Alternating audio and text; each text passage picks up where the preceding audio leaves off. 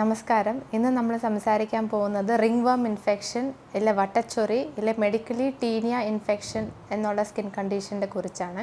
അപ്പോൾ ഇത് നമ്മൾ ഒ പി ഡിയിൽ അറൗണ്ട് 60-70% പേഷ്യൻറ്റ് ഈ പെർട്ടിക്കുലർ കണ്ടീഷനിലാണ് വരുന്നത്. ചെറിയ കുട്ടികൾ തൊട്ട് പ്രായമായ ആൾക്കാർക്ക് വരെ ഈ ഇൻഫെക്ഷന് വരാം.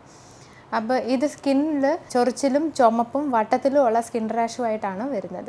കഷത്തിൻ്റെ ഭാഗം, ഗ്രോയിൻ ഏരിയ, ബ്രസ്റ്റിൻ്റെ താഴെയുള്ള ഏരിയയിലാണ് വളരെ കോമൺ ആയിട്ട് കണ്ടുവരുന്നത്. ഇതിൻ്റെ ആ ചെറിയ ചൂടും നല്ല ഒരു മോയിസ്റ്റ് എൻവയോൺമെൻറ്റാണ് ഫംഗസിന് ഗ്രോ ചെയ്യാൻ വളരെ നല്ല ഒരു സിറ്റുവേഷൻ. അപ്പോൾ അതുകൊണ്ടാണ് മോസ്റ്റ് കോമൺലി ബോഡി ഫോൾസിൽ ഈ ഇൻഫെക്ഷന് കാണുന്നത്. അതല്ലാതെ തലയിൽ തൊട്ട് കാലിൻ്റെ നഖം വരെ ഈ ഇൻഫെക്ഷന് നമ്മൾ കണ്ടുവരുന്നുണ്ട്. അപ്പോൾ ഇത് വന്നിട്ട് ക്ലിനിക്കലി ഒരു സ്കിൻ ഡോക്ടർ ഹിസ്റ്ററി എടുത്തും ക്ലിനിക്കലി എക്സാമിൻ ചെയ്തിട്ടുമാണ് ഈ ഇൻഫെക്ഷൻ്റെ ഡയഗ്നോസിസിലോട്ട് എത്തുക.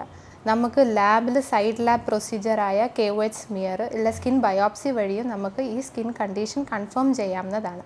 ഈ കണ്ടീഷന് ചില ഗ്രൂപ്പിലുള്ള ആൾക്കാർക്ക് കുറച്ചും കൂടെ കോമൺലി ഇല്ല ഇൻക്രീസ്ഡ് ഫ്രീക്വൻസിയിൽ കാണാറുണ്ട്. അപ്പോൾ ആ കാറ്റഗറിയാണ് ഈ ഇമ്മ്യൂണോ കോംപ്രമൈസ്ഡ് ആയിട്ടുള്ള പേഷ്യൻസ്, അതായത് ഡയബറ്റിസ് ഇല്ല ഇമ്മ്യൂണിറ്റി കുറയ്ക്കുന്ന ടാബ്ലറ്റ്സ് കഴിക്കുന്ന ആൾക്കാർ, പുവർ ഹൈജീൻ മെയിൻറ്റെയിൻ ചെയ്യുന്ന ആൾക്കാർ, ഇൻക്രീസ്ഡ് ബോഡി സ്വെറ്റിംഗ്, അത് ജനറ്റിക്കലി ഇല്ല വേറെ കണ്ടീഷനായിട്ട് സംബന്ധപ്പെട്ട് ഇൻക്രീസ്ഡ് ബോഡി സ്വെറ്റിംഗ് ഉള്ള ആൾക്കാർക്ക്, അങ്ങനെ ഒരു കാറ്റഗറിയിലുള്ള പേഷ്യൻസിന് ഈ ഇൻഫെക്ഷൻ വളരെ കോമൺ ആണ്. വളരെ സിമ്പിളും വളരെ എഫക്റ്റീവായിട്ടുള്ള ട്രീറ്റ്മെൻറ്റ് ഈ സ്കിൻ ഇൻഫെക്ഷന് ഉണ്ട്.